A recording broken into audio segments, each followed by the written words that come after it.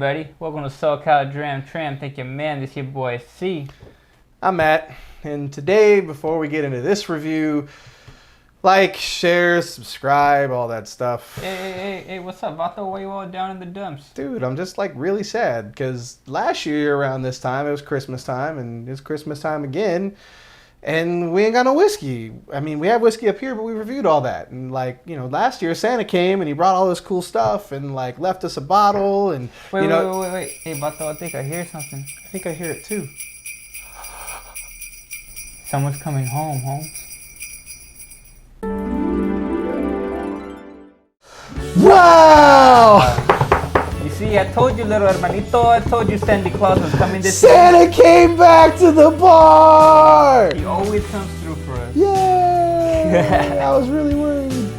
All right, guys. Well, now that we're having some Christmas fun and some Christmas cheer, we're going to go ahead and get into our top 5 whiskeys of 2020. That's right. Everybody in the world's done a top 5 video. We're no different. We're giving you our top 5. Again, just so you know, this isn't a source list. This isn't an online list. This is mine and Cesar's top 5 of 2020 of pretty much the whiskeys we've tried. Christmas episode of the Dram Tram, fam. That's right. Even though Christmas is like 2 days from now, you get an early Christmas from the Dram fam. This is like when you're on, you know, the train and somebody brings you dinner and then they're like, oh, by the way, compliments of the house. And they give you something else. Only in this case, it's whiskey. So we're really excited to go ahead and present this to you guys. So hopefully this video goes off without any hitches. And yeah, let's have some fun here. So getting right along, you want to go first or you want me to go first? Sure, I'll go first. All right, yeah, go ahead. So starting with my number 5 of the whiskey of the year would actually be the Ball Blair 1999. Ooh, that was a good one. I love that one. That bottle was amazing all around. As a matter of fact, that's probably just like the teapot drams. That's a bottle I'm saving because they don't make that style or that category anymore. They switched over. They still make whiskey, but I'm not sure if it's as good as that. And I also don't want to risk drinking it all, so therefore I'm gonna make it last.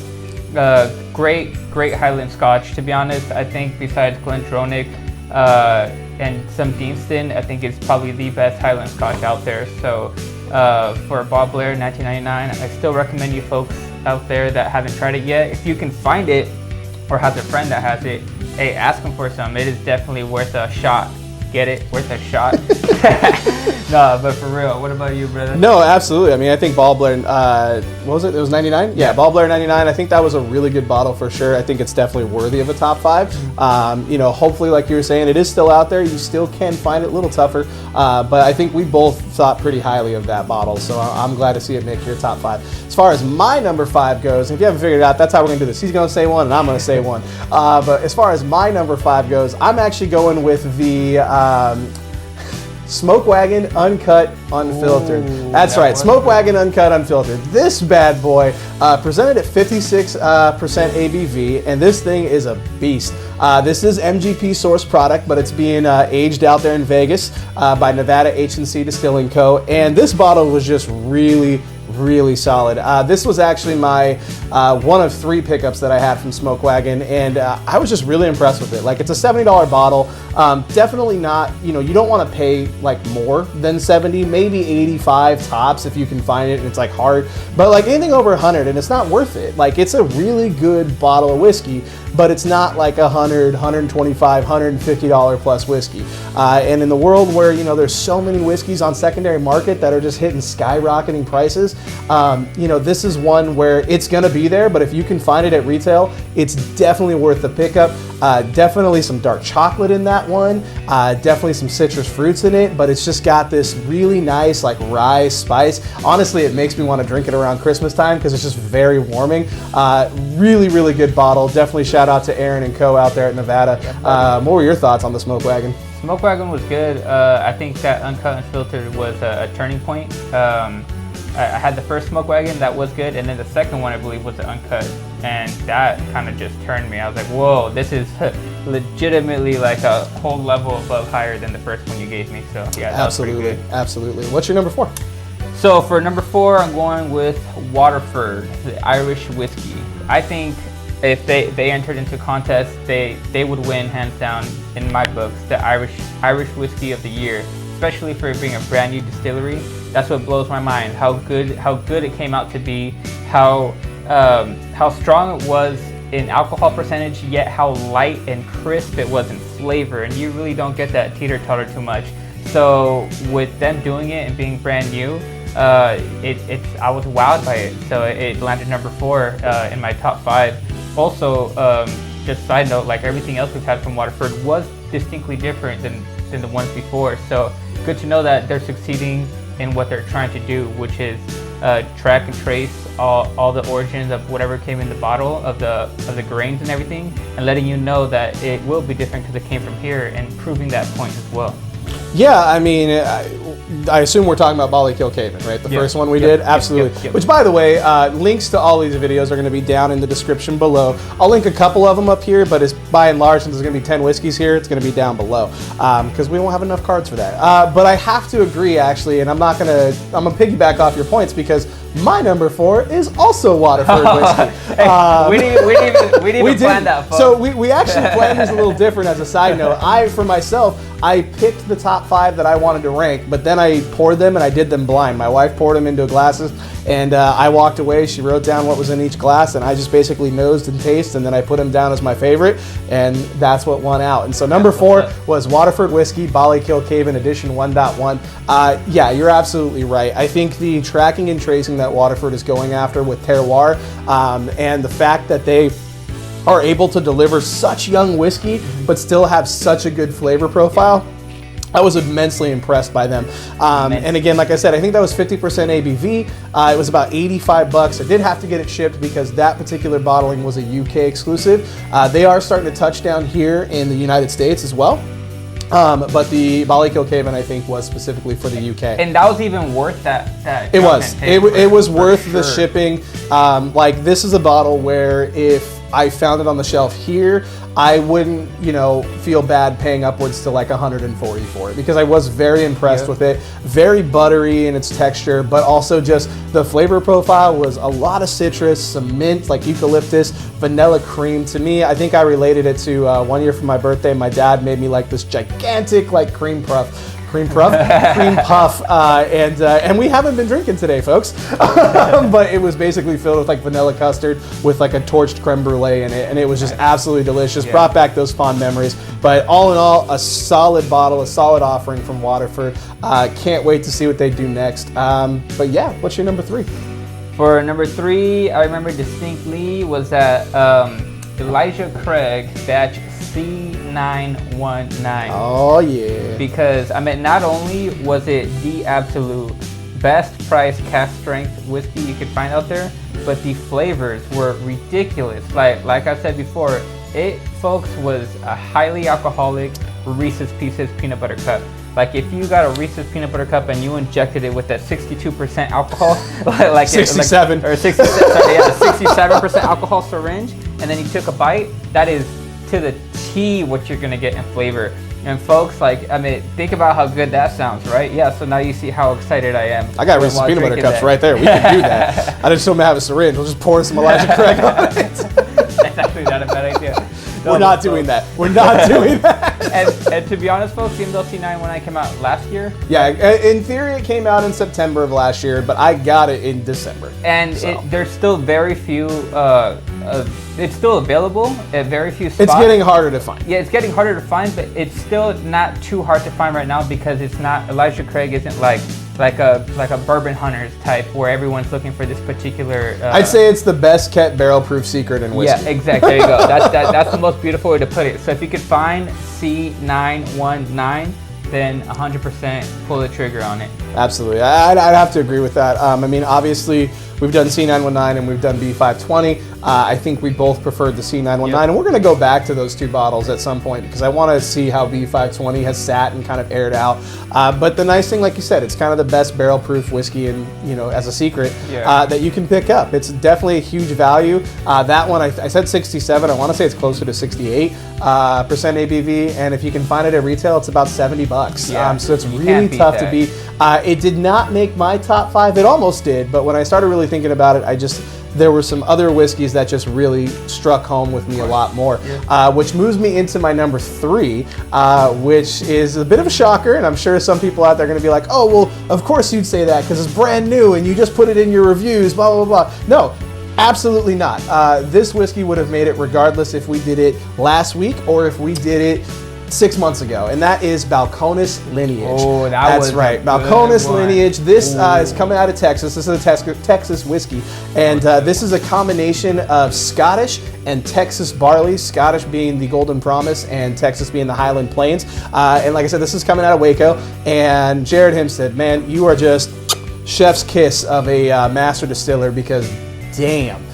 This is like, you know, in Friday when Chris Tucker and Ice Cube are like, damn, with the post office, because holy crap, this bottle is just Rudy Tooty Whiskey Fruity, because my God, it is just a concoction of a fruit cocktail, honeydew, cantaloupe, grapes, just very citrusy. 38 bucks. It's kind of tough to beat the value of that bottle, plus its core range. So when I run out of it, that's my thing. Like, I don't feel bad hitting it, because guess what? I can walk right down the street and pick it up again. At 47% ABV coming out of Texas, that's a winner in my book. That's my number 3. Yeah, that's definitely a winner for sure, folks. And I wish we almost had a top 10, because that would for sure have been in my top 10. So I debated having a top 10, but I'm like, that'll be too long of a video. These people don't want to care about that. So moving on to number 2. Number 2 was a video we shot quite a bit ago, actually. Yes. And Glengoyne Teapot Dram 007. That was good stuff, folks. That was amazing. To be honest, that was probably like the bottle that turned me to sherry. Like, I always thought sherry. I remember that. Yeah, I always thought sherry was all right. I never thought it was bad at all. I just thought it was like all right. But that bottle just made me go like, wow. Like, now I want to see what other kind of sherries there are, because if it can, you know, if it can relate or be in the same zone, I am all about it. And I have found a bunch of ones. And I have found a bunch. So I'm super excited for that. Like, same with the ryes. Like, I had one good rye. I forgot who it was from. That was Wyoming. Yeah, the Wyoming whiskey. Yeah, the Outrider. If it's wrong, I don't want to be right. I had one good rye, and then all of a sudden I want to try all these ryes, because I'm like, I mean, given some have been really bad, but some have been really good, and I wouldn't have gone into it if I never had a good rye in the first place. So the 007 definitely turned me into a sherry head. So this is a very sherry Christmas for sure. Absolutely. I mean, I'd have to agree with you on all points on that one, with the exception of I was a sherry head beforehand.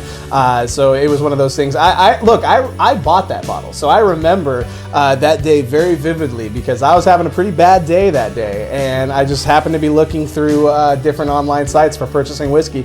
And they had batch 7 in stock, a little higher price point than batch 6, but I was like, you know what, screw it, I'm having a bad day. You know what it's like, retail therapy. You're just like, yes, add that to my cart. I don't care if it's a 1 bottle and I'm paying shipping, I'm doing it. And I walked into work, and this guy comes up to me and like, I'm organizing cages and whatnot, getting ready for the holiday. And he's like, dude, you all right? I'm like, yeah, man, just having a day. And he started talking about all these bottles that he had just bought. And I said, do you want to spend another $100? And he looked at me, he's like, why? And I'm like, Teapot Dram. And he was like, sold, I'm in. Like, it's one of those bottles to where, yes, it's a little bit harder. I remember when we were talking about this and you told me it was going to be your top 5. I was like, you know what? As much as I want it to be in my top 5, I can't consciously put it in there, just because of the fact that, like, as much as I liked it, you can't go buy it, right? It's tough to go get it. Like, yes, it's out there online. Yes, you're going to fork over a pretty penny to get it.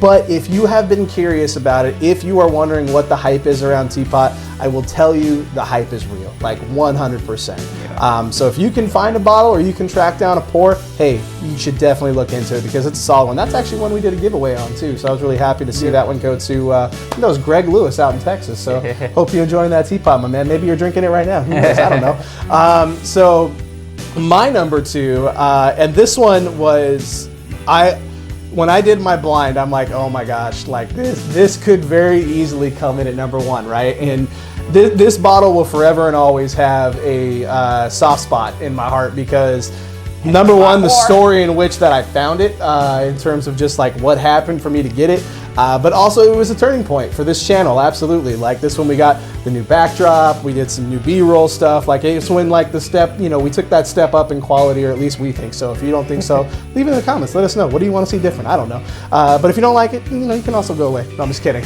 But that is Wild Turkey Master's Keep, 17 years old, bottled in bond. This bottle is one of those where when people are like, Wild Turkey, you pour them a glass of this and they're like, Wild Turkey. I'm like, it is just citrus fruits, a little bit of chocolate. It is funnel cake. Like it is so good. Like it was like funnel cake at the fair. A little bit of cherry in there for sure. This bottle, if you can find it, is between 170 to 180 bucks. You're not going to find it.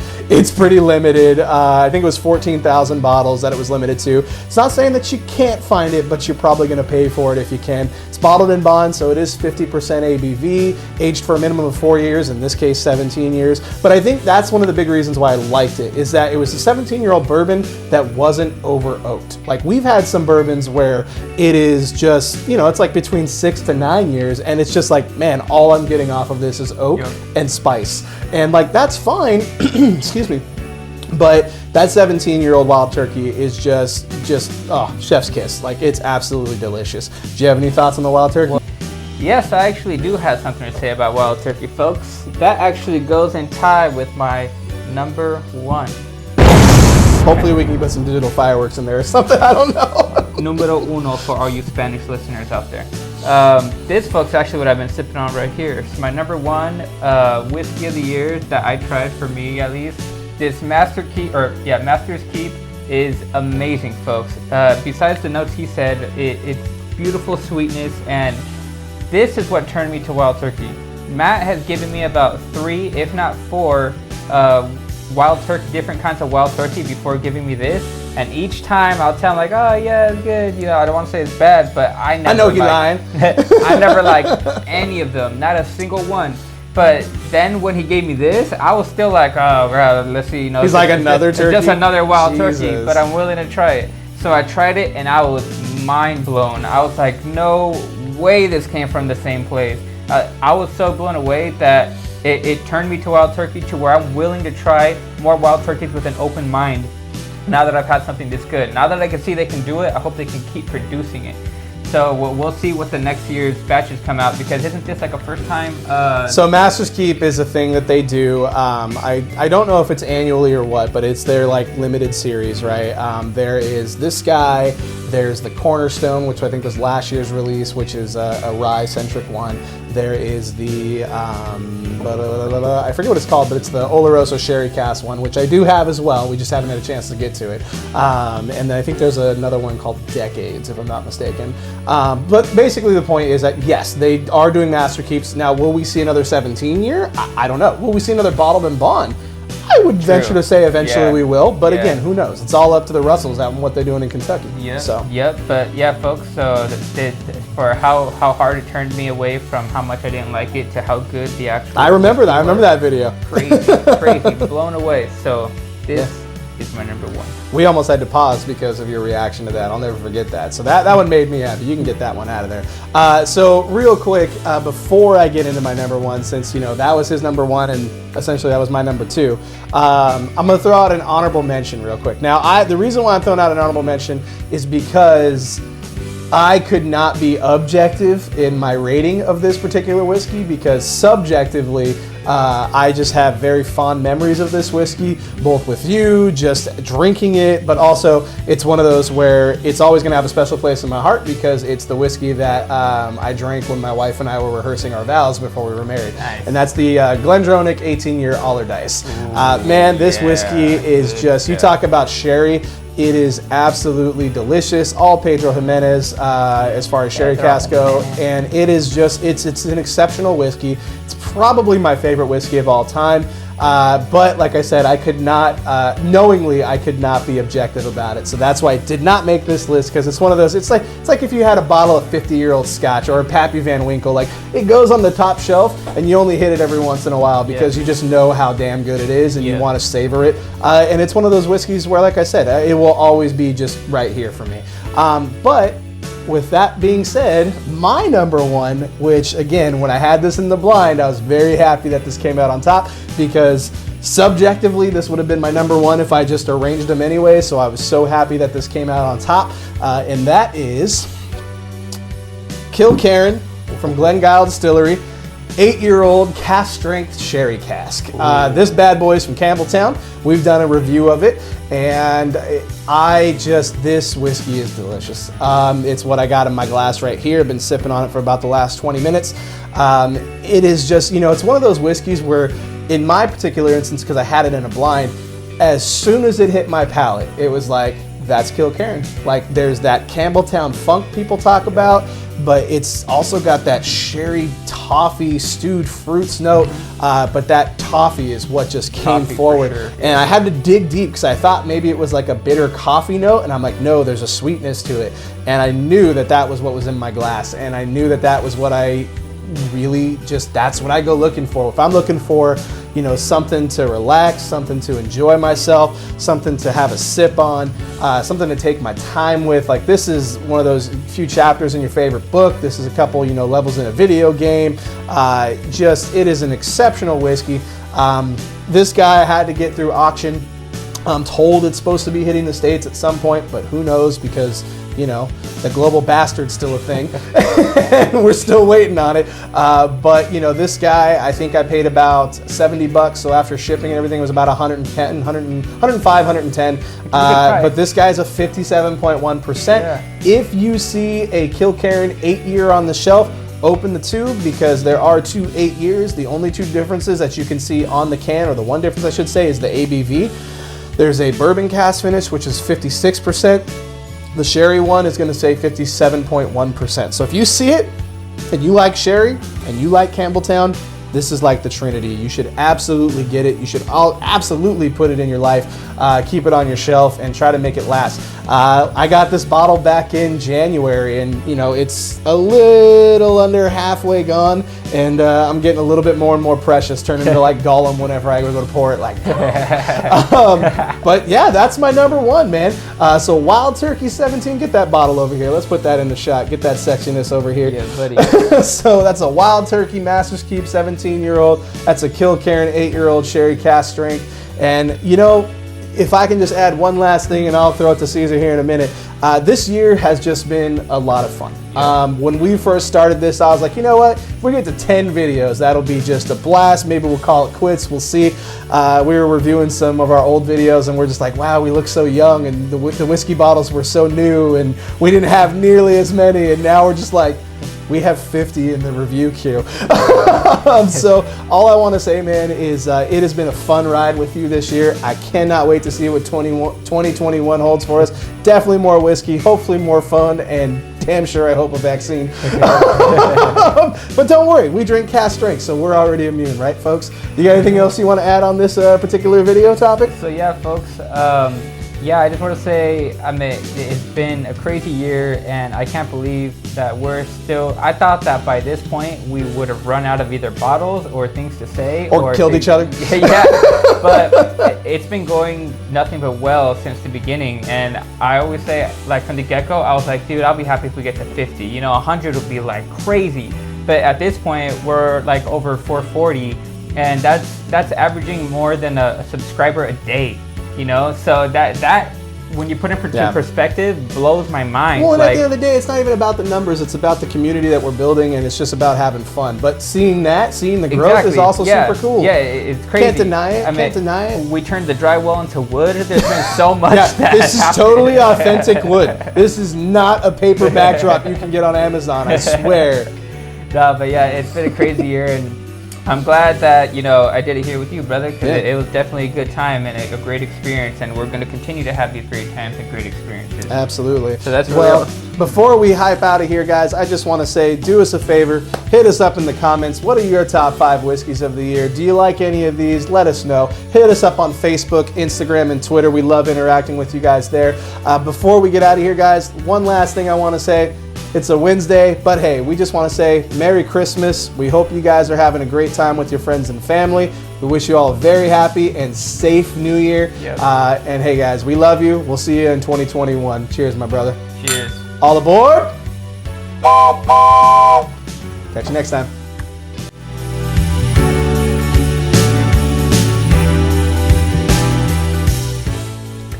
But wait, guys, there's more. Since it's Christmas and it's the season of giving, we feel like giving some good whiskey. That's right. Santa didn't just bring us whiskey to the bar. He brought one of y'all something. And what we're going to do here is today, it's going to be very similar to our older giveaways, and we've only done a few, but we wanted to do something pretty special here. And I'll tell you what, we're going to actually do 2 giveaways. That's right. We're going to do 2 winners. One of them is going to get a sample of Wild Turkey 17 year, and one of them is going to get a sample of Kilkerran 8 year. That's right. They're number ones, and at the end of the day, it's all about sharing, so that's what we want to do here. So do us a favor. We're going to announce the giveaway winner in our next video, our New Year's video, which I think is going to be January 5th or the 6th. I can't remember because we shot this video way back in November. But do us a favor. Leave us a comment down below. You're going to just type Merry Christmas #giveaway. That's right. Merry Christmas #giveaway. Also, you do have to be subscribing to us. Don't be that guy. And share this video. Absolutely. You can share the video. But more importantly, guys, again, Merry Christmas. Good luck.